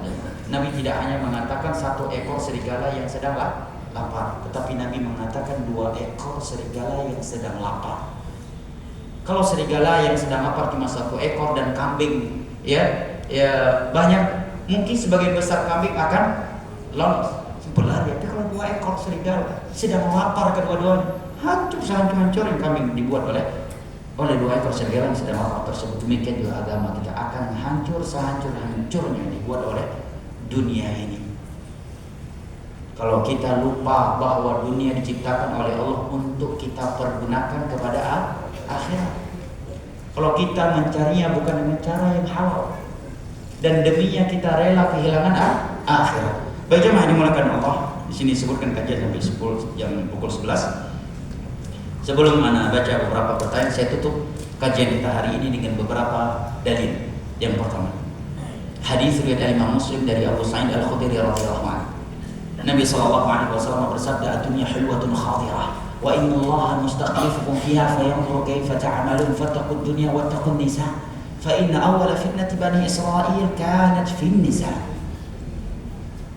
Dunia ini memang hijau lagi manis. Ucap Nabi sallallahu alaihi wasallam. Enggak ada yang bilang dunia enggak manis ya, Mak. Ya kan? Ya, manis terlihat. Kita lagi naik motor butut buat terik matahari, walaupun kaedahnya kalau panas tidak kedinginan, ya kalau hujan tidak kepanasan, begitu lewat naik mobil langsung terlihat manis banget naik mobil, ya kan? Udah naik mobil, ada kawan kita udah naik mobil sport, nikmat banget, ya. Kita naik mobil mah kawan kita udah punya jet pribadi pak, udah punya supir, kita masih nyetir sendiri, ya. Anda punya rumah mewah di Indonesia, Jakarta, dia udah punya rumah di luar negeri. Gak ada yang nggak bilang dunia itu tidak manis, tidak hijau. Dunia itu manis dan hijau, tetapi Nabi ingat, Allah memang akan berikan dunia itu kepada kalian. Tujuannya Allah ingin melihat apa yang akan kalian lakukan dengan dunia itu. Maka takutlah kalian kepada Allah terhadap fitnah dunia dan fitnah wanita. Pada wanita bagian dari dunia. Nabi sebutkan lagi secara khusus, menunjukkan bahwa fitnah dunia yang paling berbahaya untuk kaum laki-laki adalah wanita. Sesungguhnya kehancuran Bani Israel berawal dari wanita. Wanita jemaah, walaupun diciptakan dari tulang rusuk yang paling bengkok. Fir'aun saja sami'na wa ata'na kepada istrinya. Betul nggak? Kan undang-undang kerajaan Fir'aun kalau ada bayi laki-laki dari Bani Israel tangkap bunuh, ya kan? Tetapi satu bayi ini Nabi Musa AS begitu istrinya, ini jangan kamu bunuh, kita jadikan anak angkat, langsung 86 sami'na wa ata'na. Enggak berani ngelawan pada Firaun jamaah, ana rabbukumul a'la, pembunuh, membakar manusia hidup-hidup yang tidak mau menuhankannya. Begitu istri yang bilang jangan, siap, sami'na wa ata'na. Wanita jamaah, ya. Hitler yang begitu kejam katanya hancur, dia juga seorang wanita. Ada sebuah kisah seseorang yang punya rumah tangga yang bagus, punya karir yang bagus di waktu instansi pemerintahan. Dia digoda oleh seorang perempuan bawahannya di tempat kerja. Ya, bahkan anak dengar dari mantan istrinya, dia disihir. Akhirnya semua harta dia diperas oleh wanita itu. Ketika dia udah jatuh miskin, wanita ini pun melepaskannya. Sekarang melalang buana hidup, walaupun dia seorang wanita. Istri pertama udah pisah. Anak perempuan dia yang satu-satunya nggak mau jumpa lagi dengan dia. Fitnah wanita aja. Ustadz pun bisa rontok jenggotnya kalau udah dengan fitnah wanita. Betul nggak? ACL bisa putus dengan fitnah wanita aja pak. ACL bisa putus. Pitam ente. Jangan sok kuat. Saya bin Musayyib udah bilang, dan pada umur beliau saya itu mendekati 100 tahun dan sudah buta matanya. Apa kata beliau? Fitnah yang paling aku takuti adalah Allah mengujiku dengan seorang budak sahaya perempuan yang hitam pekat dan berada berkhalwat denganku. Padahal beliau udah buta, udah tua. Apa lihat tuh masih muda, kita masih muda bilang fitnah wanita nggak normal berarti. Ya, kalau nggak takut dengan fitnah wanita berarti nggak normal. Malah takut dengan fitnah laki-laki, ya tambah normal. Ya, ini hadis pertama. Hadis kedua yang anak ingin tutup kajian kita dengannya adalah hadis riwayat Imam Ibnu Majah. Riwayat Ibnu Majah dari Zaid bin Thabit radhiyallahu anhu, Nabi sallallahu alaihi wasallam bersabda, "Man kanat ad-dunya hama faraqallahu shamla wa ja'ala al-faqra baina 'ainayhi wa la ya'ti min ad-dunya illa ma kutiba lahu, wa man kanat al-akhiratu hamma jama'a Allahu shamla wa ja'ala al-ghina fi qalbihi wa ta'tihi ad-dunya wa hiya ra'imah." Barang siapa, ini berita dari Nabi Jamaah, pasti terjadi. Jangan main-main. Jangan Anda menjadi orang yang pertama kali untuk mengetesnya benar atau tidak berita dari Nabi ini. Jangan. Ya, Nabi mengatakan barang siapa yang menjadikan dunia sebagai skala prioritasnya. Demi dunia dia rela berpindah dari tauhid ke syirik, dari sunnah kepada bid'ah, rela meninggalkan salat 5 waktu. Maka Allah akan cerai-beraikan segala urusannya. Rumah tangganya hancur. Sebagian orang di luar rumah gagah, ditakuti. Di dalam rumah anaknya sendiri durhaka sama dia, istrinya sendiri tidak patuh kepada dia. Nah, yang kedua Nabi katakan Allah akan selalu tancapkan, gantungkan kemiskinan di depan kedua matanya. Tidak ada budak sahaya dunia kecuali selalu menganggap dirinya masih miskin, masih miskin, masih miskin. Apa buktinya jemaah? Paling mudah untuk kita jadikan contoh, koruptor. Mereka korupsi karena miskin atau karena menganggap diri mereka masih miskin, padahal udah punya mobil, punya rumah, punya tunjangan, mobil plat merah, ada BBM dari negara dan sebagainya, masih juga ya minta pulsa, papa minta pulsa. Kenapa? Karena kemiskinan yang Allah gantung. Nah, ya kemudian Nabi ingatkan, padahal dunia yang karenanya dia rela mengorbankan agamanya tidak akan datang kepadanya kecuali sesuai dengan yang Allah tulis di dalam Lauhul Mahfuz sebagai rezekinya, nggak akan bertambah dan tidak akan berkurang. Jangan kita berpikir jamaah dengan kita menukarkan tauhid dengan syirik kita akan mendapatkan rezeki lebih dari jatah yang telah Allah tuliskan di dalam Lauhul Mahfuz. Jangan kita menduga bahwa dengan kita berpindah dari sunnah kepada bid'ah, rezeki kita akan bertambah melebihi apa yang telah Allah tentukan di dalam Lauhul Mahfuz.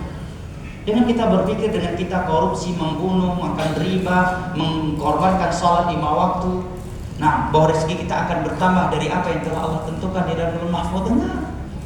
Sebaliknya Nabi mengatakan barang siapa yang menjadikan akhirat sebagai skala prioritasnya, maka berita gembira dari Nabi untuknya, jama'allahu syamlah, Allah akan indahkan segala urusannya. Rumah tangganya sakinah, mawaddah dan rahmah, anak-anaknya patuh, soleh, penghafal Al-Quran, tidak ada yang berzina, tidak ada yang minum khamar, tidak ada yang LGBT dan sebagainya. Enak gak nyaman? Anda kaya, pejabat, tapi anak LGBT, gimana rasanya itu? Na'udzubillah min dzalik, nasallallahu alaihi wasallam. Nah, sebagian anak perempuan atau laki ada yang sudah kena AIDS dan HIV padahal mereka belum nikah. Saking banyaknya mereka sekawin di luar rumah tanpa nikah. Nabi mengatakan barang siapa yang menjadikan akhirat sebagai skala prioritasnya, maka Allah akan indahkan segala urusan, semua urusan dunia dan agamanya. Allah akan tancapkan kekayaan di dalam hatinya dan dunia akan mengejarnya, walaupun dunia tidak suka kepadanya. Nah, jamaah yang dimuliakan Allah, pertanyaan sangat banyak, waktu sudah habis, udzur syar'i. Ada 2 menit lagi, kita baca 1-2 ya. Baik.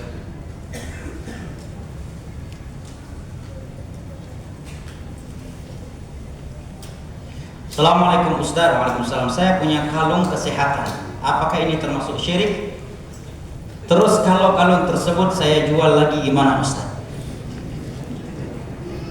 Hukum asal, kalau wanita dibenarkan menggunakan kalung untuk perhiasan. Hukum asal wanita menggunakan kalung ya gelang itu dibenarkan dengan tujuan perhiasan. Hukum asal wanita pakai gelang atau kalung itu tidak dibenarkan. Kenapa? Minimal tasyabbuh dengan kaum wanita. Yang kedua, kata para ulama, tasyabbuh dengan para pelaku syirik yang menggunakannya sebagai jimat.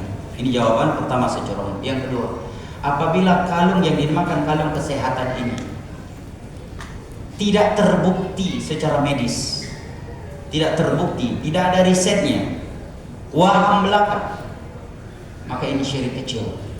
Karena dia telah menjadikannya sebagai sebab kebaikan dan Allah secara takdir dan secara syar'i tidak menjadikannya sebagai sebab. Di antara kaidah umum dalam syirik kecil adalah ja'al syai' sababan wa laysa sababan min asy-syirkil asghar. Menjadikan sesuatu sebagai sebab kebaikan atau kejelekan sementara Allah tidak menjadikannya sebagai sebab baik secara syar'i ataukah secara takdir. Maka itu syirik kecil. Kecuali pihak medis sudah membuat riset ya, karena ada zat-zat kimia yang dimasukkan ke dalam kalung tersebut. Ini tentunya ada sebab zahir ya, secara takdir memang sebab, maka tidak mengapa. Tapi kalau gelang nggak jelas secara medis, nggak ada riset, nggak ada penelitian, cuma karena udah pernah ditiup oleh Pak Kiai, ya udah jelas khurafat ini. Ya, pakai cincin ada isinya nih Pak Ustaz. Ya. insya Allah anti kurap ini cincin, udah jelas itu syirik. Ya, nah Allah musta'an. Lebih baik bagaimana? Buang dan tidak dinamakan mubazir.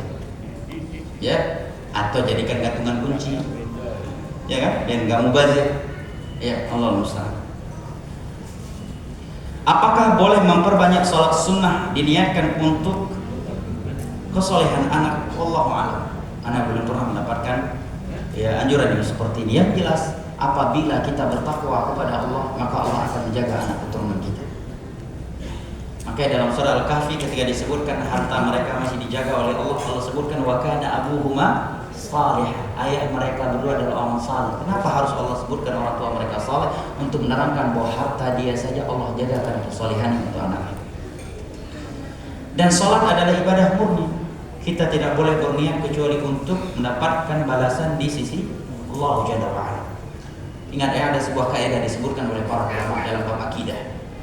Ketika mereka membahas hukum menginginkan dunia di balik amalan akhir. Disebutkan kaidah oleh para ulama di antara Syekh Shalih Al-Utsaimin dalam kitab beliau Syarah Tamhid, Syarah Kitab Tauhid.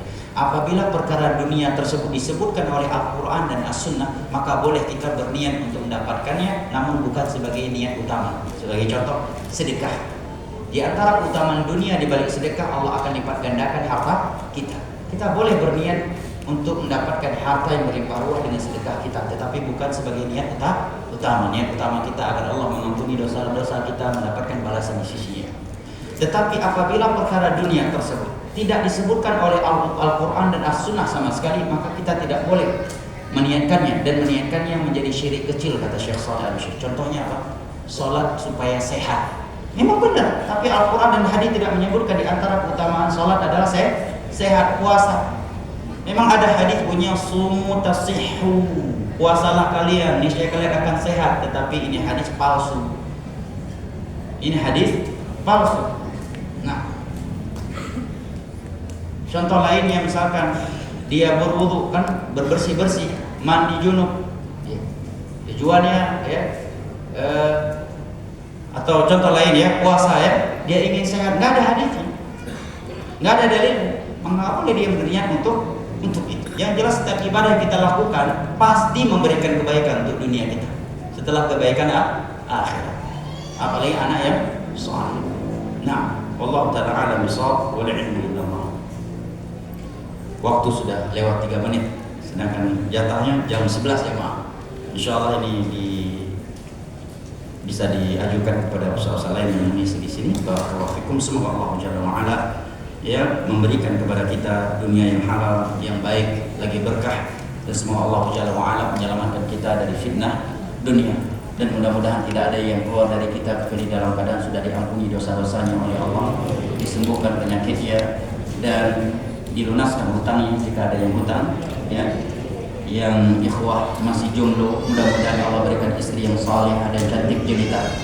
Dan akhwat yang masih jomblo atau single senior, mudah-mudahan diberikan seorang suami yang saleh, yang tampan, yang kaya, lagi baik. Amin ya rabbal alamin. Subhanakallahumma bihamdik, asyhadu an la ilaha illa anta, astaghfiruka wa atubu ilaik. Wassalamualaikum warahmatullahi wabarakatuh.